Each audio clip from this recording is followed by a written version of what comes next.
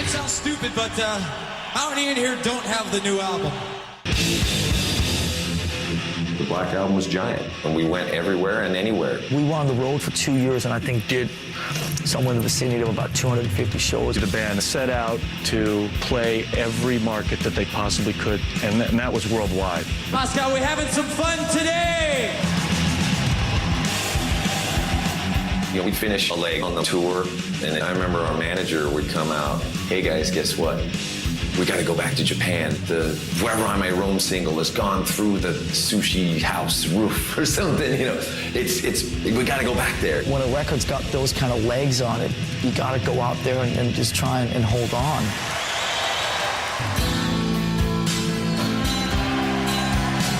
We were out on tour one evening in August '92 in Montreal. We go out there and play our set. Everything's fine, you know, the audience is grooving. During the song Fade to Black, I moved for some reason. I was right over a canister that would shoot up a 12-foot chemical flame. That was what we did.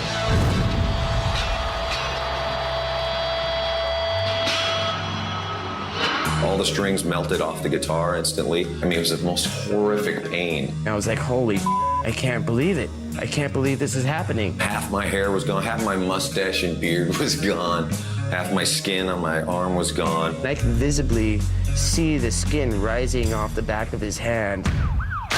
Once we got to the emergency room, James was already talking about how we could continue the tour.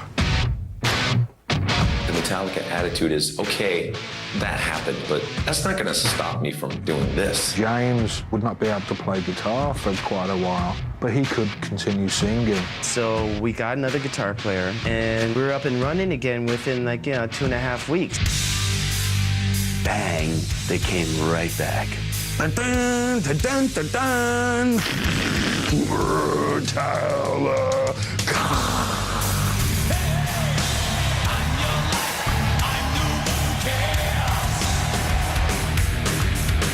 That, you know, some other band. It was far from easy, but we were determined to kick people's ass, and we did. We knew that ride was only going to come by once, so we grabbed it and definitely had fun with it. You get one chance for a phenomenon, and that was our phenomenon. Coming up, Metallica falls apart. He left the band! He left the band! Next on When Metallica Ruled the World.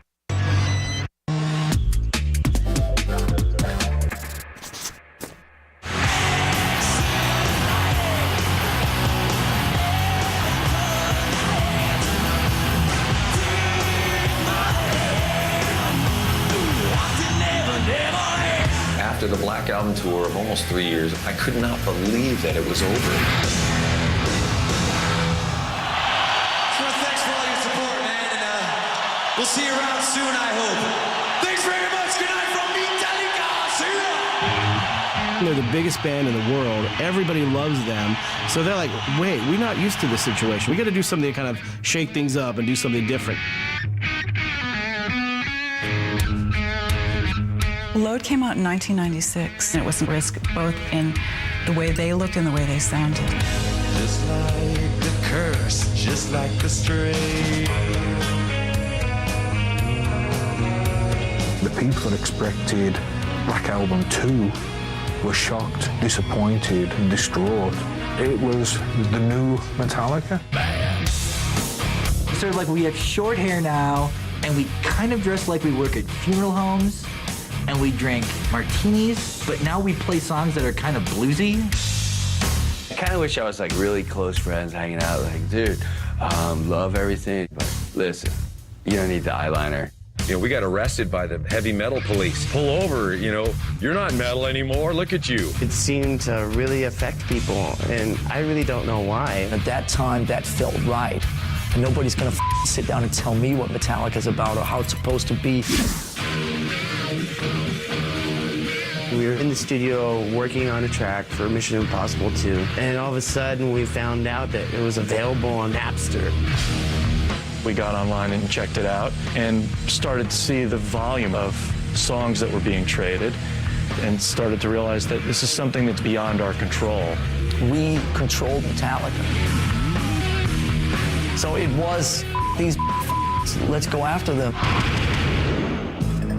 I'm Kurt Loder with MTV News. Napster, the controversial music swapping website, got a very special delivery on Wednesday when Metallica drummer Lars Ulrich showed up at the company's headquarters in San Mateo, California. On April 14th, Metallica filed a lawsuit against Napster for basically encouraging people to steal and trade our music. Suing Napster from a publicity standpoint was probably the biggest misstep in Metallica's career.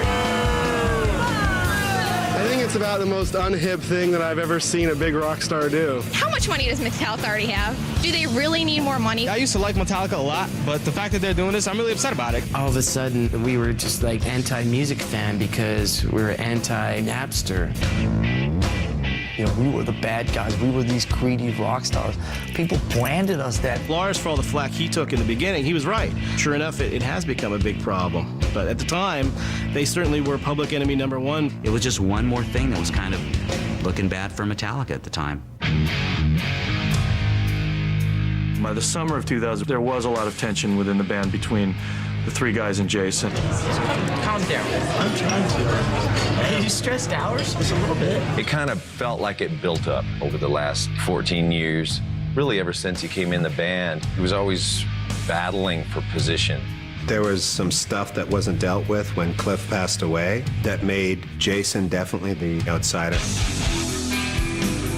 Jason wasn't getting a lot of his music in Metallica, and so he wanted to do side projects. Echo Brain was actually one of the projects that I had ongoing, and we started getting kind of serious, and we started playing more and more together.